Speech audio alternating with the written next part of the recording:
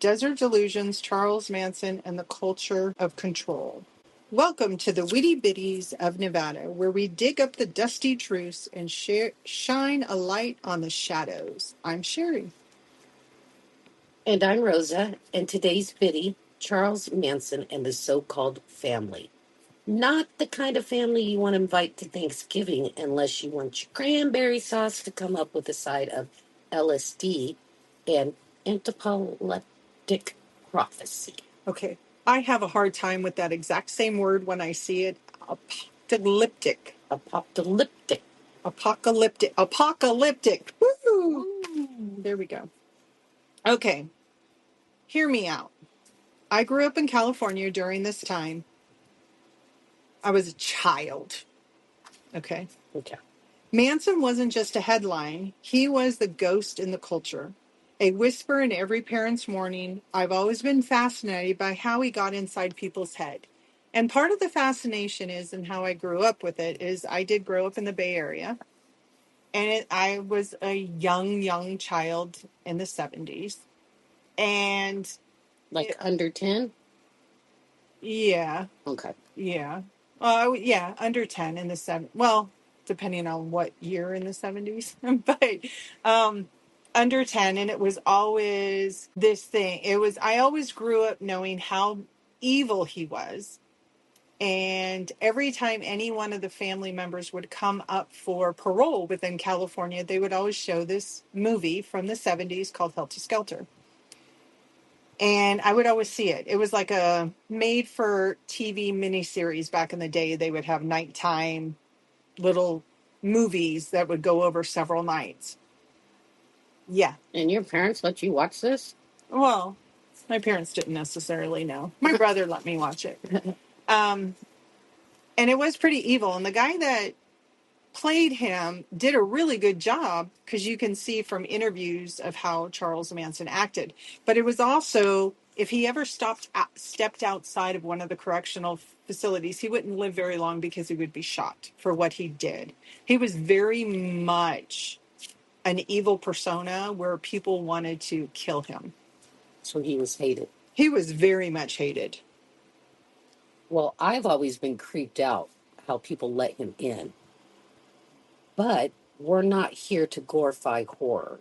We are here to understand how one man turned vulnerability into obedience.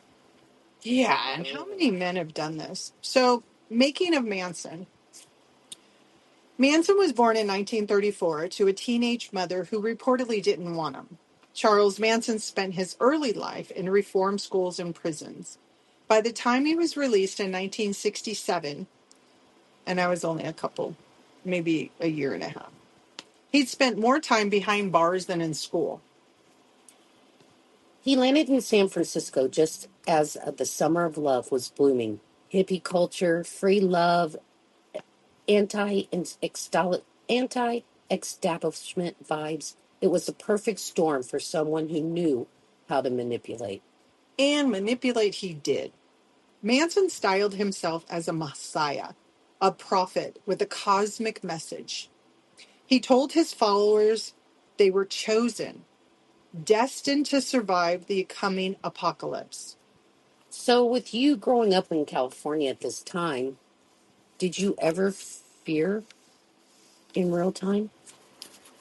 I didn't actually fear him because they were pretty much all in jail by the time I knew about it. But the fact that somebody that could stand for free love and really what the hippies stood for,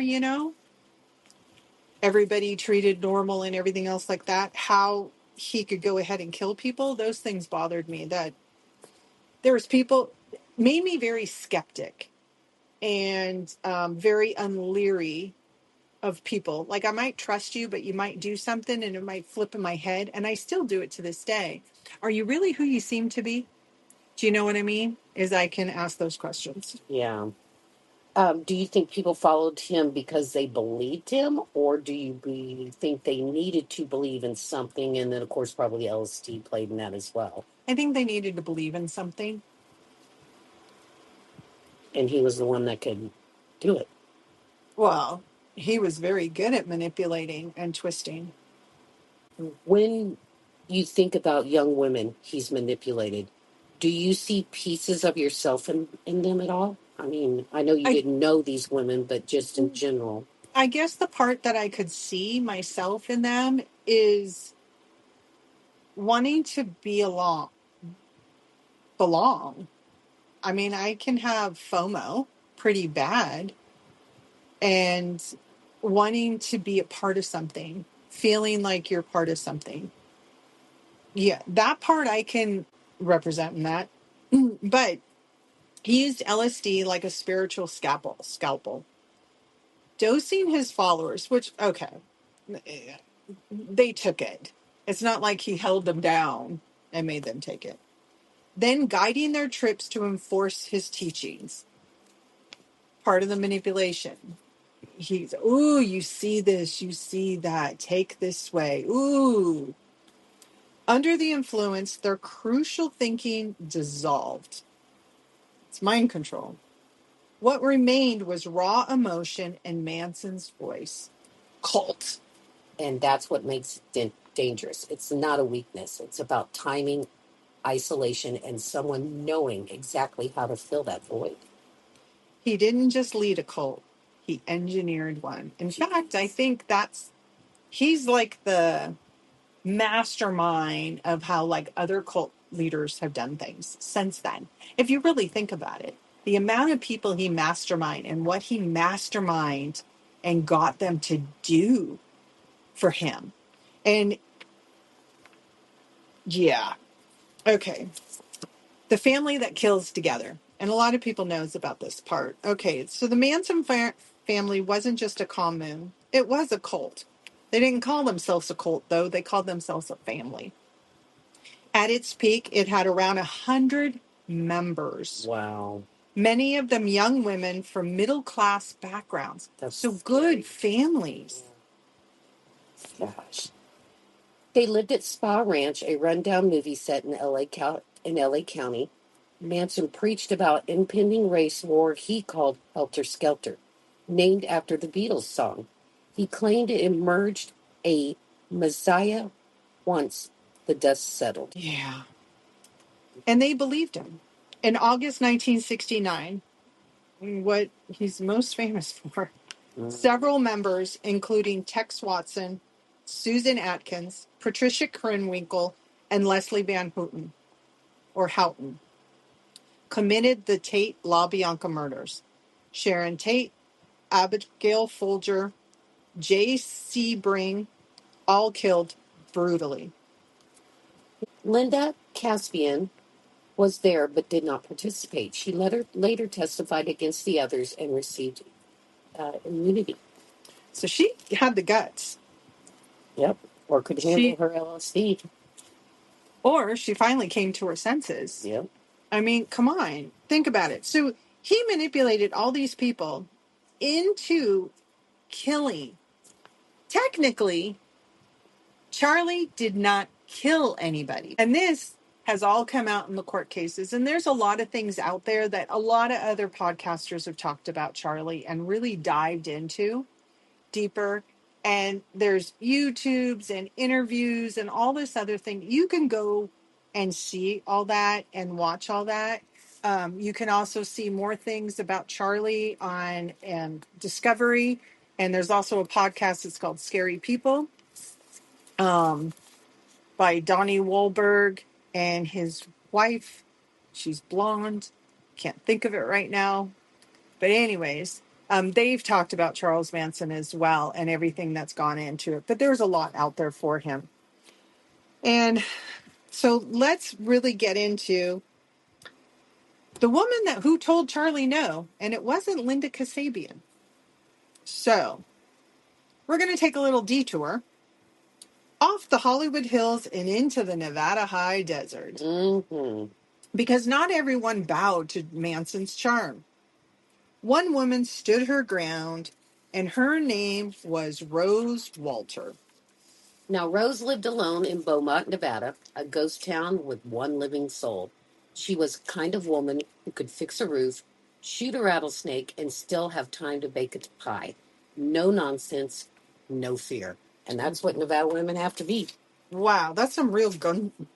Didn't they say gumption back in the day in the Yeah. 1920s? In 1969, a group of long-haired strangers rolled into town and camped inside the old courthouse. Rose told them flat out, "Don't take anything, don't camp in town." They left quietly.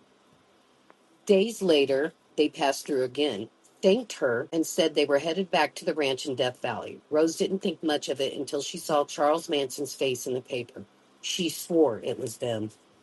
And the graffiti carved in the courthouse wall, Charles Manson plus family 1969. Still there, still chilling. Ooh. Rose didn't get manipulated. She didn't get drawn in. She stood firm, and maybe, just maybe, she saved Beaumont from becoming another headline. Wow. Hey, there must have been something about them besides their smell from not showering all the time, I guess. But that told her, get on out, people. Yep. Yeah. So manipulation meets resistance. Manson preyed on people who were searching for meaning, for love, for identity. But Rose already had hers. She didn't need Charles' gospel, or his chaos. It's a reminder that manipulation thrives in uncertainty, excuse me. But when you know who you are, you become unshakable, even in a ghost town. Rose might be gone now, but her story lingers like sagebrush in the wind, a whisper that says, "Not today, Charlie." So, have you ever dealt? This was Charles Manson with manipulation, but my dear friend Rosa, have you ever dealt with somebody in your life that was a manipulator? Yes, absolutely. Was it? Did you see it right off the bat, or did it take you time? It took me time, unfortunately. So, manipulators are tricky. Charlie used drugs, LSD, to get you somewhere. Did this person that you experienced manipulation with use anything but charm? No, nothing but their charm. Right. Nothing but their charm. And I've dealt with manipulative people in work where they love to manipulate the situation, flip it, and they can't ever be wrong, or and try to make you look like you're stupid or whatever. But yeah, I've also dealt with people that's abusers do the same thing. They get you in, make you feel all a certain way, and then they want you to change for how they are, and then they get mad for the fact that you've changed how they are. And stupid. Absolutely. So, listeners, have you ever had a Rose moment? At at any time, did you stand your ground against someone trying to control you? I did. You ready to share? Nope. Okay. At some point, I'll have you share, All right. But you but not guys, yet. please. Yeah, you send us your stories. And until then, stay curious, stay grounded, and if someone tries to sell you salvation, Ask them for a receipt. absolutely. Don't just count on it. And thank you for joining us. Like us, subscribe, comment, stars, thumbs up. You know the drill. Come on, people. We're only going to get better if you give us comments, give us more things to talk about. And to end it as normal, if you're gonna be a biddy, you gotta be witty. Take care, folks.